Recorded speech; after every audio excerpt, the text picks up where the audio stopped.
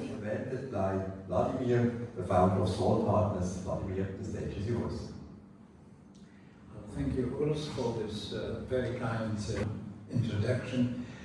Now, the title of my presentation is no longer Salt from Desalination Reject. It is Low Salt Reduction Reverse Osmosis Process.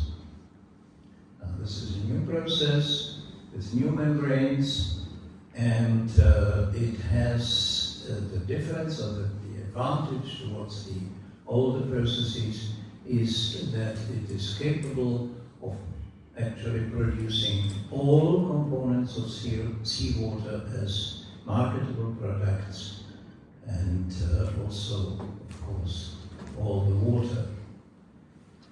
Now, we have been receiving inquiries concerning desalination and production of byproducts from desalination since a number of years. And it was only in 2012 that we got, on 2011, we got an inquiry where we were not saying, well, come on, it is so expensive and it's out of the question.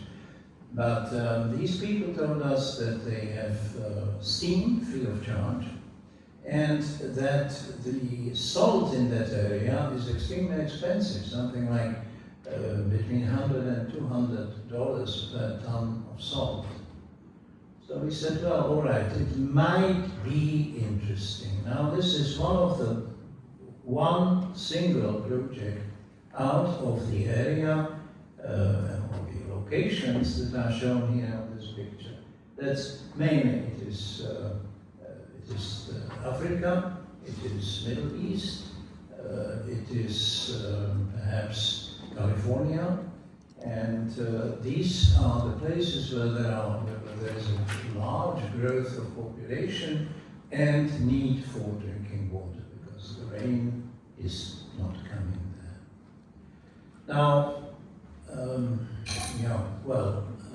there is no other way how to explain this process, or the difficulties with this process, than to show you the compositions, because it's all about chemistry. So this is the composition of seawater, 3.5 bromine, about 3.5% of total salinity, standard open oceans seawater. We have then the next step in the conventional salt crystallization, salt evaporation, seawater evaporation, concentration, and salt crystallization as a standard sea solar salt production process. At this density of about 12 bromine, we have the first crystallization of sodium chloride. Usually it starts a little bit later because sodium sulfate tends to oversaturate. Now, when we come to 26 bromine, which is about 27% of total salinity, the sodium chloride begins to crystallize. It crystallizes from a solution of many other salts in rather high concentrations, and therefore it has to be stopped when the concentration of the magnesium sulfate, magnesium chloride, and the other salts begins to be too high to achieve a good quality of the salt. So there it is stopped, the bitterness are drained, and the salt is harvested. Now, the volume that is changing, it's from 1,000 liters of this 3.5 bromine brine to finally about 39, 40 liters of the remaining bitters. So most of the water disappears. Now, of course, the idea of the people who are desalinating water and returning the 7-degree brine back to the sea is, well, why can't we also recover all the other salts? So, if you want to get the water that they need and also recover the salts, well, then you have to do it in enclosed vessels. That means to do it either by membrane technology or by evaporation technology. To show what I was talking about in a graphical form, this is how it looks like. It comes to about the 26 bromine density, which is about 1.25, and there is a nick, there is a change in the slope of this curve, and sodium chloride is crystallizing.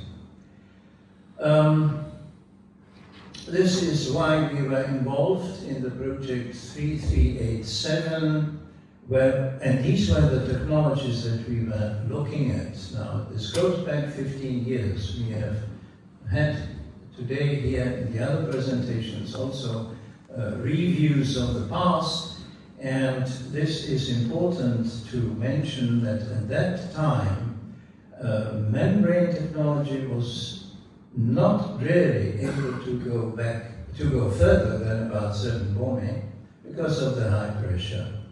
And electrocatalysis was the only membrane technology that was available then for this purpose. In the project, we have contacted many potential vendors. We received about 15 pre-qualification documents and 5 detailed proposals. We have evaluated, and we found that these 5 vendors suggested various solutions, but the only solution that was really feasible, profitable, was a 15-stage flash evaporation, 5-effect evaporation and crystallization with forced circulation of sodium chloride with gypsum slurry. Both these evaporation trains with gypsum slurry. Now, I don't know, who is not familiar here with gypsum slurry technology? Who is not? Nobody is not. All right, so gypsum slurry works on the principle of having a high surface of the material that is giving problems, which is the calcium sulfate. It crystallizes, it blocks the tubes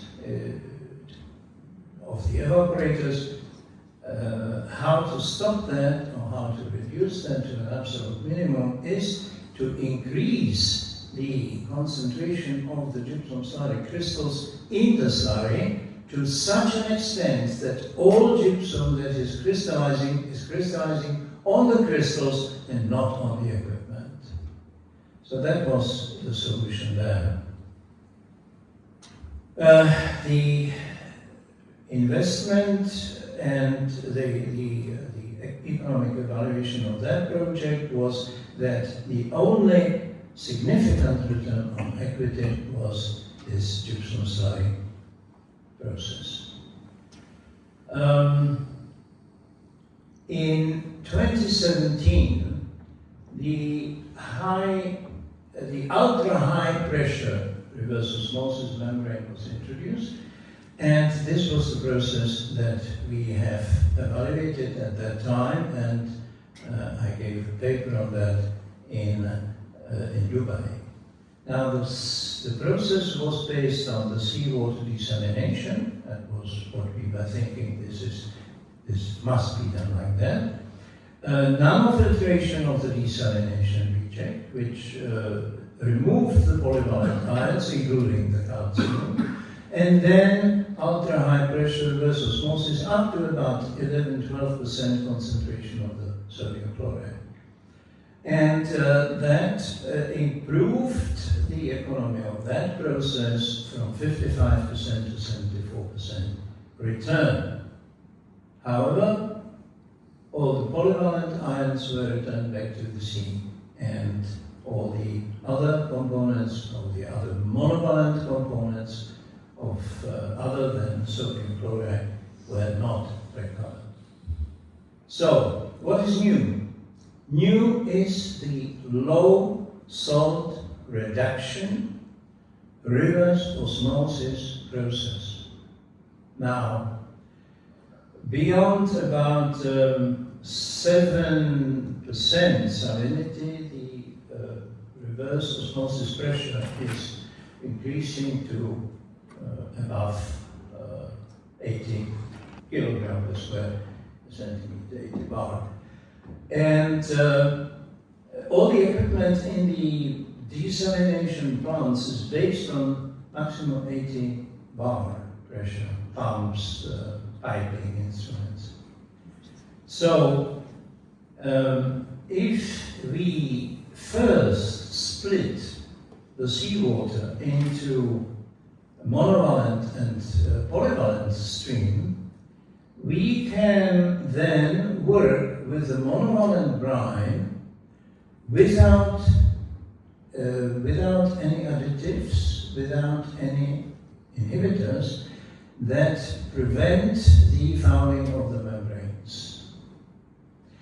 And then, of course, we can use some kind of, instead of making water in these membranes at higher pressure, we can pressure the water out of the high concentration against low concentration salinity. That means we do not go over 80 bar.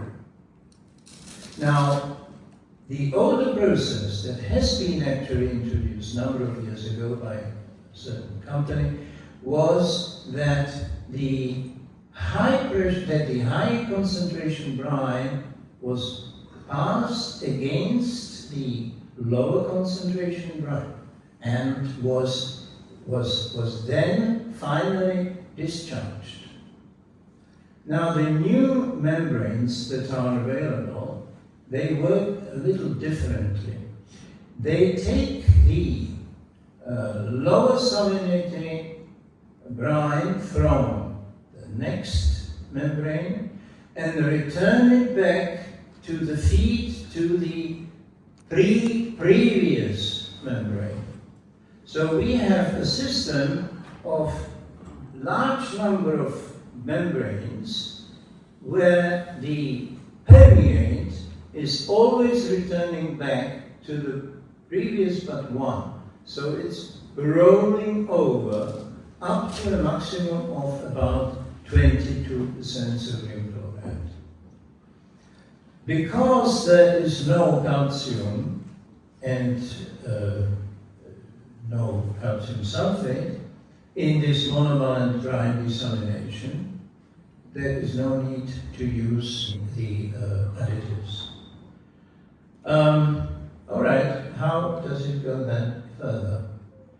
We have here the seawater from open oceans. We split it into the blue one, which is the nanofiltration monovalent brine, and into the nanofiltration polyvalent brine. With the polyvalent brine, we do the same as in the previous process.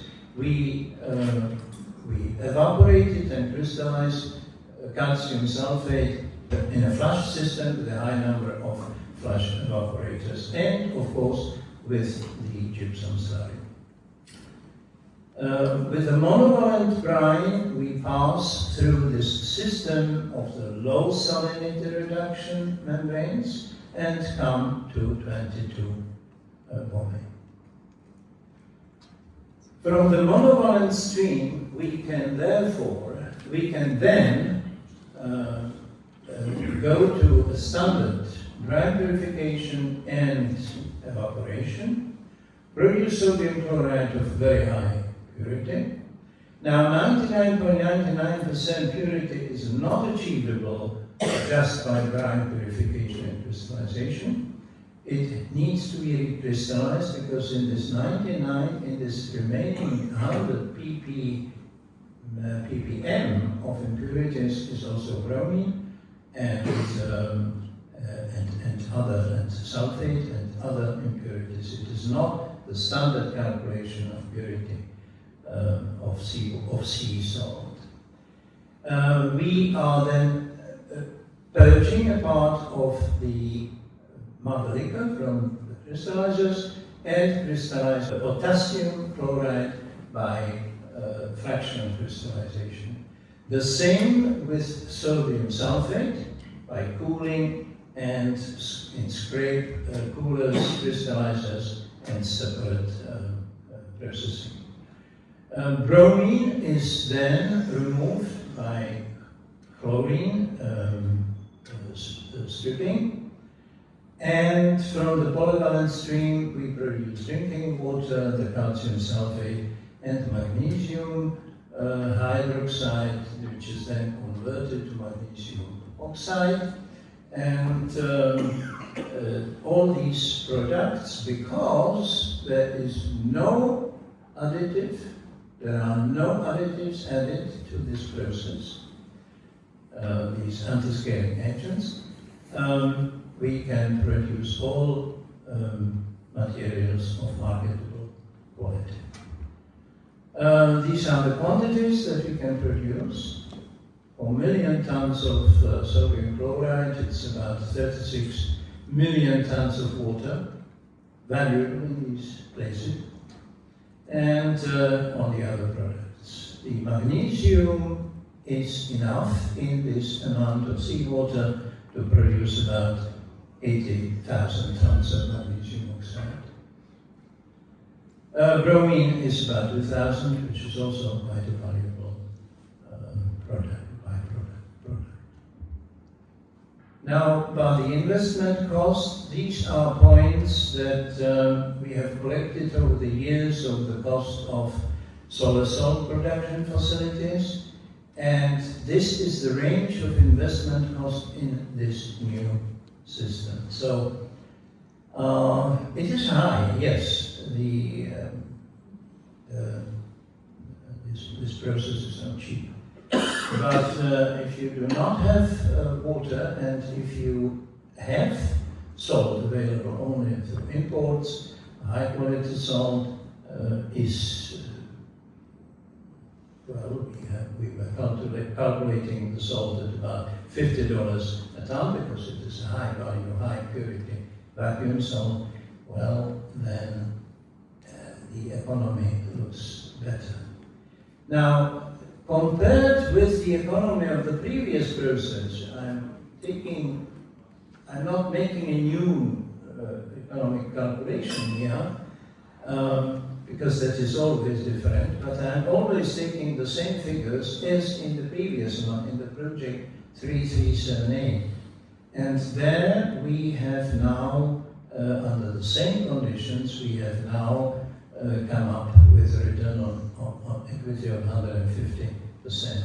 That does not mean that anyone can apply this process and make 150% return on investment, but on that project, with those cost elements and with those prices of sodium chloride, of salt, it would be 3 times higher. So that means that there are more projects where the conditions are such where this process can be applied. Well, so why not turn your salt into gold? There is one more thing. Do you know what that is?